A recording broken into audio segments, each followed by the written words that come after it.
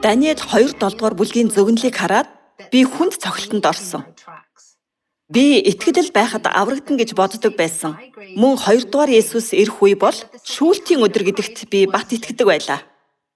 Гэвч Даниэл 2-7 дугаар бүлгийн зөгнөлийг судалсны дараа өнгөрсөн хугацаанд миний итгэж баримталж ирсэн сургаалууд антихристүүдийн бий болгосон хүний тушаал гэдгийг би мэдэж авсан.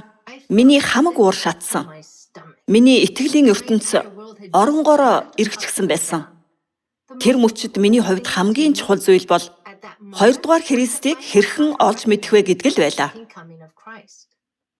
Библийн үг зааж өгөх хүн байх юм бол би тэр болгонд сүм рүү очиод Библийн ишлэл бүрийг анхааралтай судалж тасралтгүй асуулт асуудаг байсан. Өмнө нь сурсан хуурамч сургаал, тогтсон үзэл бодлоо хаяхад надад маш хэцүү байсан л да.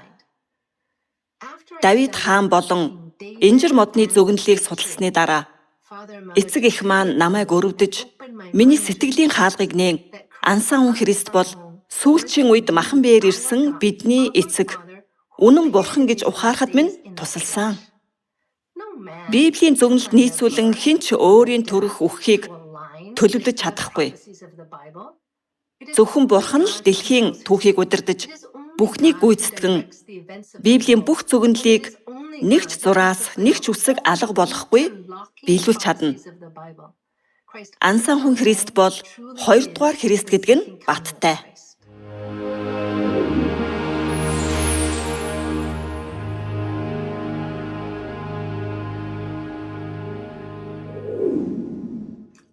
Ансан хүн Христ бол бидний бурхан. 2 дугаар Христ гэдгийг би баттай мэдсэний дараа эцгийн бичсэн үнний номуудыг уншиж эхэлсэн юм. Эцгийн маань бидэнд хэлэх гэсэн үг бүрийг би мэдхийг хүссэн.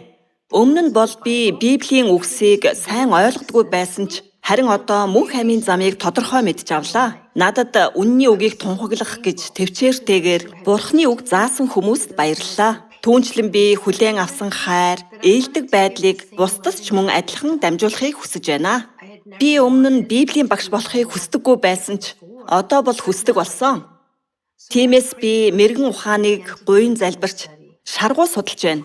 Мэдээж би эхлээд хайртай хүмүүстэй сайн мэдээ тунхагласан.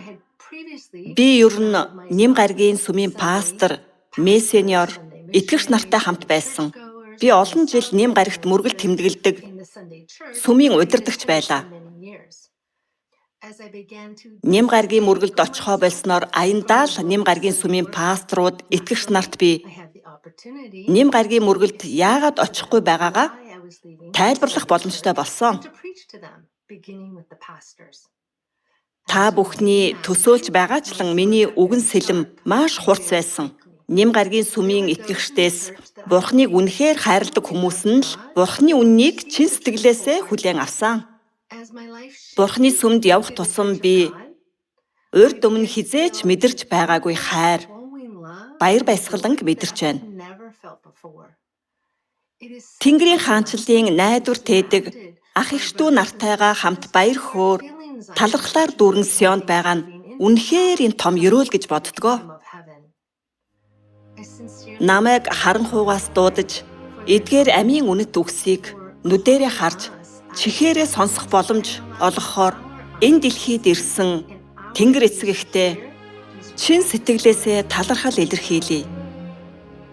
Эцэг эх минь, та бол хамаг утга учир минь юм шүү.